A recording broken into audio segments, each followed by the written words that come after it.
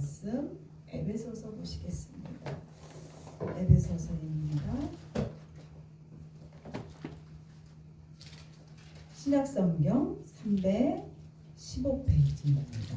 에베소서 5장 15절부터 21절까지 이렇게 그 자리에서 일어나셔서 함께 읽겠습니다. 에베소 5장 15절부터 21절 함께 읽겠습니다.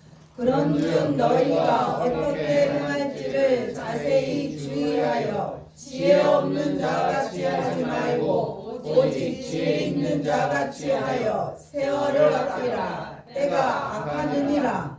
그러므로 어리석은 자가 되지 말고 오직 주의 뜻이 무엇인가 이해하라. 술 취하지 말라. 이는 방탕한 것이니 오직 성령으로 충만함을 받으라.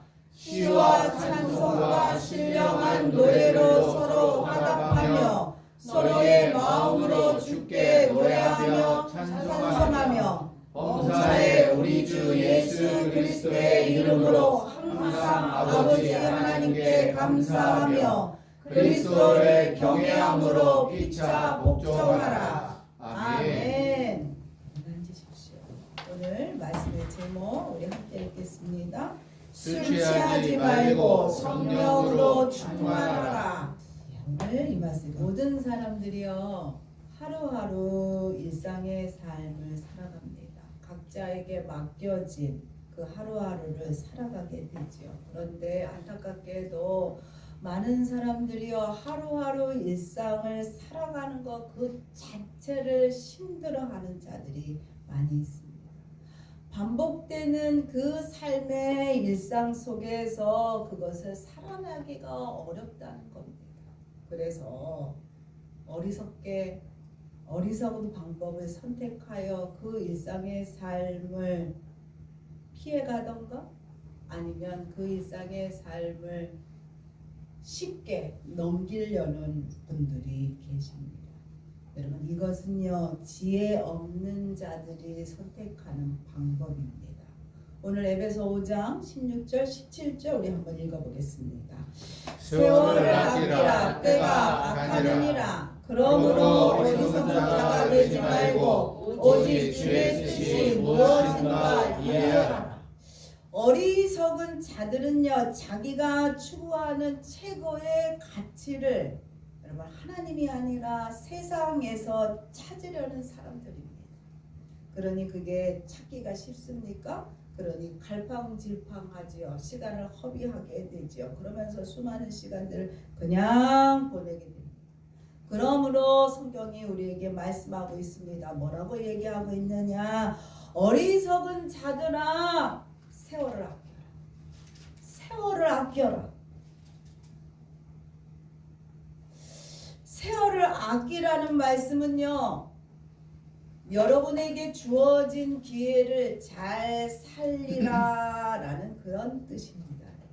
공동 번역에는 그렇게 써 있습니다. 여러분에게 주어진 기회를 잘 살리세요. 그렇게 써 있다. 왜 그러느냐? 때가 악하기 때문이다. 때가 악하다는 것은 하나님의 심판의 때가 가까워졌다는 겁니다. 그러므로 때를 아껴서 선한 일에 힘쓰라는 거예요. 힘쓰라는 겁니다. 이상하게 어리석은 자들은 시간이 안 간다고 그러죠. 지혜로운 자들은 너무 시간이 빨리 간다고 얘기하지요. 다 이유가 있습니다. 그래서 여러분 어리석은 자처럼 오늘을 피하거나 오늘을 즐기며 세상에 취하여 살지 말고 오직 주님의 뜻이 무엇인지 생각하라는 거예요. 그래서 분별하여 기회를 스스로 만들어 나가라는 겁니다. 여러분 그러십니까? 아멘. 우리는요 우리를 어리석게 만드는 것 중에서 가장 우리에게 가까이 있는 게 뭐냐 하면 여러분 술입니다. 술은 음식이기에 이 술도요 과하게 먹으면 안 되지요. 몸에 좋은 것도 과하게 먹으면 탈이 나게 됩니다만 요즘은요 자신의 몸을 위하여 아무리 좋은 음식도 안 먹는 자들이 많지요. 다이어트를 위해서 먹는 양을 스스로 줄이고 절제하려는 노력들을 스스로 하고 있습니다만 여러분 술도 마찬가지예요. 술도 음식이기 때문에 과하게 먹으면 탈이 나는 거예요. 그래서 과하게 먹음으로 인하여 생각지 않게 일이 생겨서 망하는 사람들이 많이 보게 되잖아요, 여러분. 술은요, 사람을 지혜롭게 만드는 것이 아니라 어리석게 만든다는 거예요. 처음 한 잔은 관계를 위해서 좋지요. 네, 서로의 마음을 열어놓을 수 있는, 릴렉스할 수 있는 그렇게 만드니까 처음 한 잔은 좋습니다만 취하고 나면 그 하루를 완전히 버리는 겁니다. 그래서 술에 취해 있던 에베소에 대해서 바울이 얘기하고 있습니다. 술에 취해 살았던 이 에베소는요, 당시 로마 제국의 주요 도시였답니다. 그래서 상업적으로, 문화적으로, 종교적으로 아주 큰 중심지였어요. 특히 이 에베소에는 아데미 신전이라는 아주 큰 이방신을 모시는 신전이 있었습니다. 그것이 이 에베소의 상징이었어요. 그래서 그러다 보니까 의식이나 제사 이런 것들이 계속적으로 일어났죠. 그리고 축제도 많이 열리게 됐습니다. 그러다 보니까는 사람들이 몰리기 시작했다는 거죠. 사람들이 몰리는 행사에는 모두 다 과도한 음주와 방탕의 행동이 일어날 수밖에 없었다는 겁니다. 술이라는 것이 이때의 문화에 있어서 아주 중요한 역할을 했고 연애에서는 술이 꼭 있어야만 됐어요. 그런데 이것이 단순한 술로 먹는 것으로 끝나지 않고 먹은 이후에 도덕적 방종으로 이어지게 되었다는 겁니다. 그래서 바울이 얘기합니다. 술 취하지 말라고 경고한다는 거지.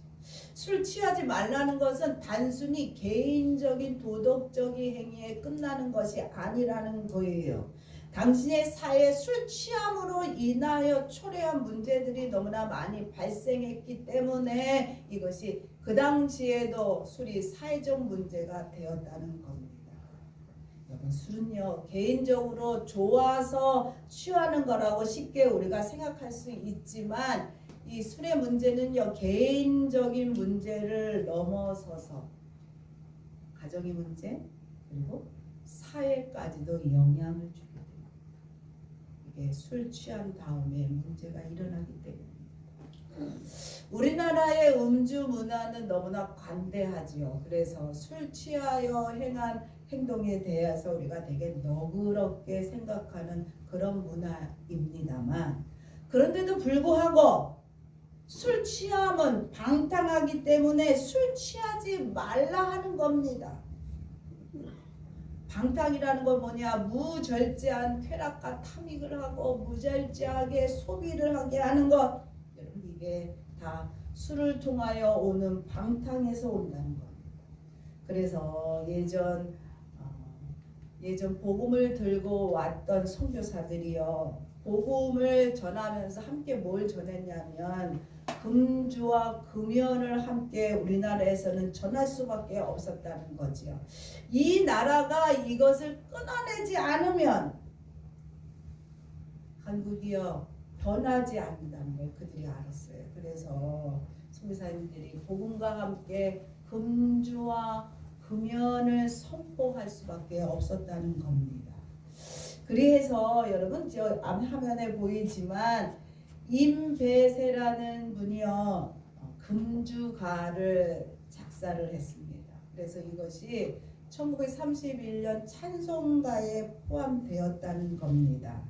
얼마나 음주 문화가 그렇게 힘들게 했으면 그렇게 찬송가까지 금주가라는 것이 있었다는 겁니다. 여러분 에베소서 5장 18절 한번 읽어보겠습니다. 술 취하지 말라 이는 방탕한 것이니 오직 성령으로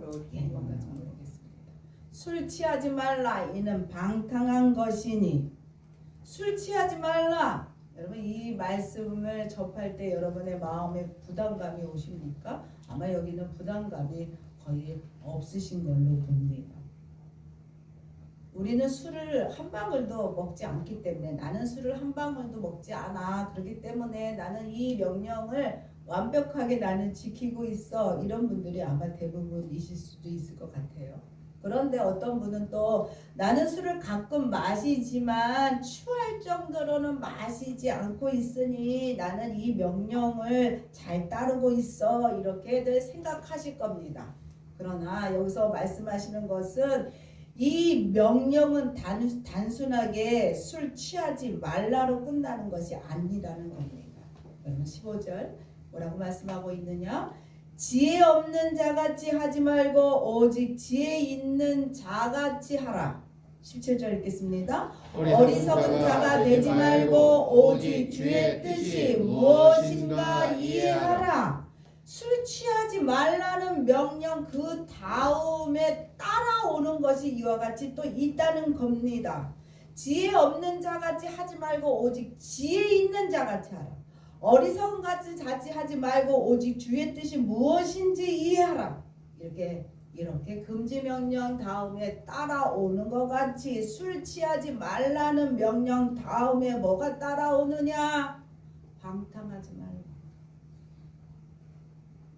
술 취하지 말라 그 명령 가운데 따라오는 것이 방탕하지 말라는 겁니다. 취하지 않을 정도로 나는 술을 마시니까 괜찮아 이렇게 생각하는 자들이 대부분일 텐데 이 명령이요 술 자체가 아니라 술 다음에 따라오는 방탕하지 말라라는 것에 있다는 사실을 여러분 주목하셔야 돼요. 돈 자체는요 악한 것이 아니에요. 돈이라는 것은 하나님의 일을 할 때 필요한 거지요. 필요한 재물이죠. 그런데 문제는 뭐냐 하면 돈을 사랑하는 거예요. 일만 악의 뿌리가 되어 미혹을 받아 믿음에서 떠날 수밖에 없게 하기 때문에 돈이 악하다는 겁니다. 여러분 디모데전서 6장 10절 읽겠습니다. 돈을 사랑함이 일만 악의 뿌리가 되나니 이것을 탐내는 자들은 미혹을 받아 믿음에서 떠나 많은 근심으로써 자기를 찔렀도다. 술 자체는 악한 것이 아니라는 거지요. 그렇지만 술을 사랑하는 것, 그러므로 인해서 사람을 방탕하게 하고 거기서 끝나는 게 아니라 믿음에서 떠나게 하기 때문에 술 취하지 말라는 겁니다. 심지어 성경은요 술 취하는 것을 믿음 없는 자라고 딱 얘기하고 있습니다. 하나님 나라를 유업으로 받을 수 없는 불의한 자에 여러분 술 취하는 자가 들어갑니다. 그리고 여러분 아시지만 구약 시대에 하나님께 온전히 바쳐진 나실인의 경우에 있어서 하나님 앞에 온전히 드려진 자, 그 자에 있어서 금주가 요구되었습니다. 그리고 신약시대에 와서는 하나님의 일꾼을 뽑을 때 장로로 세우고 집자로 세울 때 뭐라고 얘기하고 있느냐? 술을 즐기지 아니할 것, 술에 임박히지 아니할 것, 이것을 요구했다는 것. 집사가 그냥 세워지는 게 아니라는 거죠. 이 조건들을 갖춰야만 집사로 장로로 세워질 수 있다는 사실을 여러분 기억하셔야 됩니다. 오늘날에 있어서 우리는요 왕같은 제사장이라고 했습니다. 여러분 로마서 12장 1절 읽겠습니다. 너희 몸을 하나님이 기뻐하시는 거룩한 산 제물로 드리라. 이는 너희가 드릴 영적 예배니라. 여러분 우리는요 영적인 예배로 나를 거룩한 산 제물로 이 시간 하나님 앞에 드리는 자들이라는 거죠. 예배로. 그런데 우리가 술에 취해서 하나님 앞에 거룩한 산 제물로 드려질 수 없다는 겁니다. 그래서 술 취하지 않는 것은 하나님의 자녀된 자로서 도리라는 것. 그러나 술 먹을 때 취하지 않고 먹으면 되지 않습니까? 이렇게 얘기할 수 있습니다만 여러분 그것은 참 어렵습니다. 내가 원한다고 할지라도 이 술이 나를 절제하게 하지 않는다는 겁니다. 어떤 분은 말할 것입니다. 나는 술을 먹어도 참 곱게 먹어요. 누구도 힘들게 하지 않습니다. 먹으면 그냥 자요. 이렇게 얘기하시는 분들이 있을 겁니다만 술이라는 것은요. 술 자체가 나쁜 게 아니라 술로 인하여 끌려오는 술 때문에 오게 되는 나쁜 것들이 끌려오게 되는 것이 촉매자로서 술이 이용된다는 겁니다. 그래서 피해만 된다는 거죠. 새롭게 하소서에서 새롭게 하소서가 여러분 뭔지 아시죠? 간증을 함께 나누는 삶을 나누는 그런 프로그램입니다. 타투를 직업으로 하는 한 청년이 나왔습니다. 그가 예수를 믿고 보니 자신의 직업을 계속해야 되나 고민을 했다는 거예요. 여러분 타투가 뭔지 아시죠? 여러분 요즘들은 손발에 자그맣게 문신 하나 있어야만 되는 그런 문화 가운데 우리가 살아가고 있어요. 그것들을 만들어주는 사람이었다는 거죠. 타투를 하는 것이 잘못된 것은 아닌데 불구하고 계속 망설임이 마음 가운데 있었다는 겁니다. 그런 가운데 자신을 인정해서 타투 아티스트로 오라고 호주에서 프랑스에서 이렇게 연락이 왔답니다. 너무나 좋은 제안이었어요. 너무 가고 싶은 마음도 그 마음 가운데 있었지만 그분이 거절할 수밖에 없었답니다. 그리고 기도했답니다. 하나님 어떻게 하면 좋을까요? 이것이 제 직업을 계속 해야 됩니까? 하지 말아야 됩니까? 마음에 갈등이 오는데 하나님 말씀해 주세요. 그랬을 때 그분 앞에 환상이 보였답니다. 그러면서 예수님이 그분에게 말했답니다. 뭐라고 얘기하고 있느냐? 예수님이 자신 앞에서 옷을 내리시면서 얘기했답니다. 내 몸에 네가 타투를 할 수 있겠느냐? 그렇게 물었을 때에 이 청년이요 할 수 없어요 하고 대답을 했다는 거예요. 그랬더니 예수님이 하시는 말씀이 나에게 할 수 없는 것은 남에게도 하지 말고 네 몸에도 하지 말아라 그렇게 말씀을 해 주셨다는 겁니다. 그래서 그가 잘하고 있던 그 직업을 버리고 이제는 다른 일을 하고 있다는 것. 타투가 나쁜 거라고 말할 수는 없지만 그것으로 나쁜 것들을 끌어들일 수 있는 촉매제가 되기 때문에 하지 않아야 한다는 거예요. 여러분 술도 마찬가지. 내가 원하지 않을지라도 술이 있는 곳에는 따라오는 것이 있어요. 자석같이 붙어서 오는 것들이 있지요. 그것이 뭐라고 얘기하냐 성경에 방탕이라고 얘기합니다. 방탕. 그래서 여러분 에베소 5장 18절 우리 다시 한번 읽겠습니다. 술 취하지 말라 이는 방탕한 것이니 오직 성령으로 충만함을 받으라. 그러므로 우리는요 술에 취해 술에 가득한 채로 우리가 만약에 그렇게 살아가고 있다면 여러분 술 취해서 있는 분들을 여러분 보셨을 겁니다. 그들의 삶이 어떻습니까? 술 깨기까지 그들은요 술의 영향력에 빠져 있습니다. 이성적이지 못하지요. 절제하지 못하지요. 술의 영향을 그가 받을 수밖에 없습니다. 그렇지만 성령이 가득 차게 되면 우리 심령 가운데 성령을 인정하고 모셔드리게 되면 성령의 영향력에 우리가 받게 됩니다.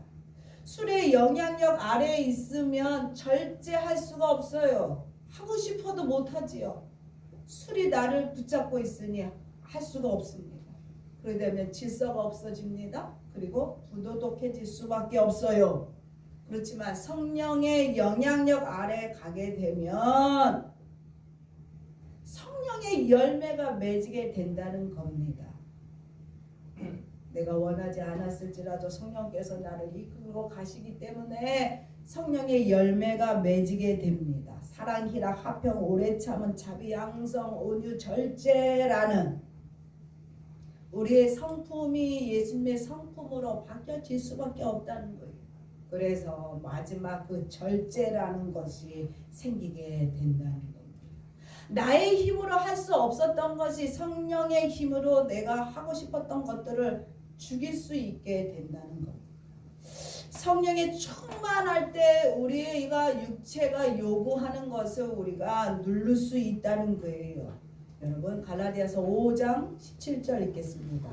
육체의 소욕은 성령을 거스리고 성령은 육체를 거스리나니 이 둘이 서로 대적함으로 너희가 원하는 것을 하지 못하게 하려 함이니라. 육체가 원하는 것을 성령이 누르기 때문에 못하게 한다는 겁니다. 절제가 일어난다는 거죠. 절제. 그렇기 때문에 여러분 우리가 이 두 영향 아래 있을 수 없다는 거예요. 두 영향을 우리가 한 몸에 다 받을 수 없어요. 술을 즐기면서 성령 충만할 수 없다는 겁니다. 돈을 사랑하면서 하나님을 사랑할 수 없다는 거예요. 그렇기 때문에 우리는요 술을 겸하여 하나님을 사랑할 수 없습니다. 그래도 그렇지 이 힘든 세상 술 없으면 어떻게 살아요? 술이라도 먹고 하루를 좀 편하게 하루를 좀 쉽게 넘어가야 되죠. 이렇게 말하시는 분들이 혹시라도 아직도 있다면 여러분 어리석은 짓입니다. 어리석은 짓입니다. 하나님을 믿는다 하면서도 두려움이 없는 자들이라는 거지요. 하나님 말씀에 순종하지 않는 자들입니다. 입으로는 내가 하나님을 믿어요 하지만 행위로는 하나님을 믿지 못하는 어리석은 자가 되지 말아야 합니다.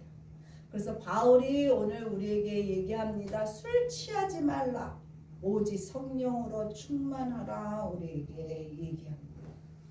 술에 취한 것보다 성령으로 취한 것이 훨씬 기쁘고 마음이 평안이 오고 인생이 즐겁고 감사가 넘치기 때문에 바울이 우리에게 권면하는 겁니다.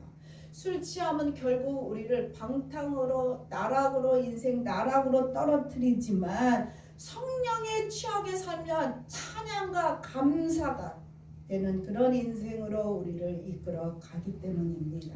여러분 성령 충만을 받으세요. 아멘. 그럴 때 우리는요 진정 감사가 나오는 삶을 살 수 있게 된다는 겁니다.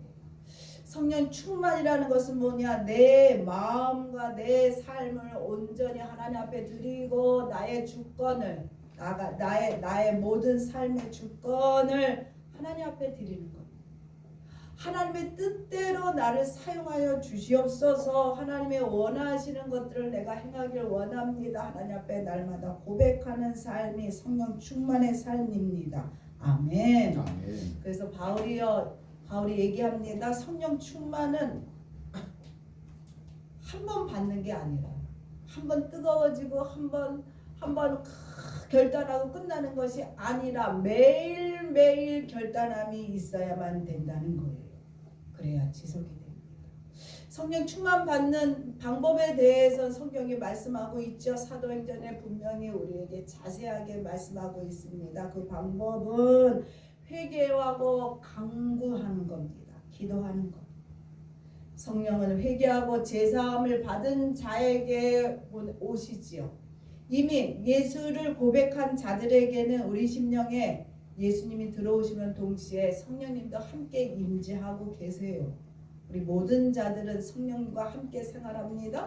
그래서 이 성령님이 힘을 안에서 확 내릴 수 있는 것은 우리가 인정하고 모셔드립니다. 하나님 내가 내 마음대로 살지 않고 성령님 만든 말씀대로 내가 순종하고 살기 원합니다. 나의 주권과 나의 계획을 내려놓았을 때 주께서 내게 오심을 확 불같이 바깥으로 발산할 수 있게 하시게 된다는 겁니다. 아멘. 그래서 성령 충만은요 어느 날 우연히 우리에게 오는 것이 아니라 성령 충만은 우리가 하나님 내가 성령 충만 받기 원합니다. 스스로가 원할 때 원할 뿐만이 아니라 간절히 구하는 자에게 주신다는 거예요. 성령 충만. 그리고 성령 충만은 감정 충만이 아닙니다. 여러분 확실히 아셔야 됩니다. 성령 충만은 감정 충만이 아니고 심리적인 체험으로 끝나는 것이 아니라는 겁니다. 성령 충만하면 범사가 감사하고 하나님 앞에 감사함으로 나가고 그리고 피차 복종하기를 순종하기를 다하는 마음이 늘 마음 가운데 있는 것 이게 성령 충만입니다.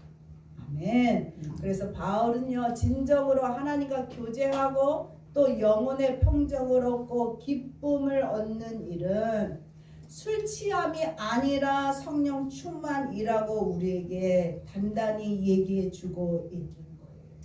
그래서 순간적으로 근심이 벗어나고 싶어서 아니면은 감정적으로 즐겁고 신나고 싶어서 취하는 그 술에 여러분 넘어가지 마시기를 부탁을 드립니다. 그것보다는 성령에 취하세요. 성령에 취하면 여러분 기쁨이 오지요. 감사가 오지요. 그것을 여러분 경험하고 유지하시는 여러분 되시기를 부탁드립니다. 아멘. 성령을 인정하고 모셔드릴 때 성령님은 보혜사 성령님이라고 하셨어요. 나를 도와주시는 성령님.